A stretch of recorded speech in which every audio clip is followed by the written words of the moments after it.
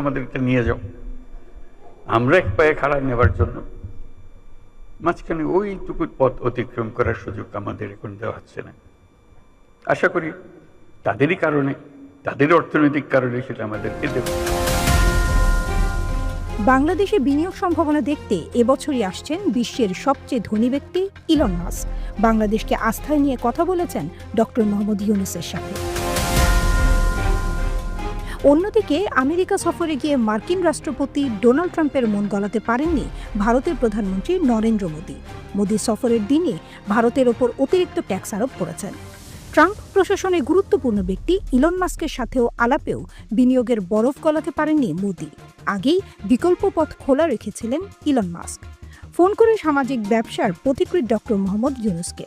দক্ষিণ এশিয়ায় স্টারলিংকের ব্যবসা প্রসারিত হবে বাংলাদেশ থেকেই। শুধু নেপাল ভুটান নয়, সেভেন সিস্টার্স সহ ভারতের প্রতিটি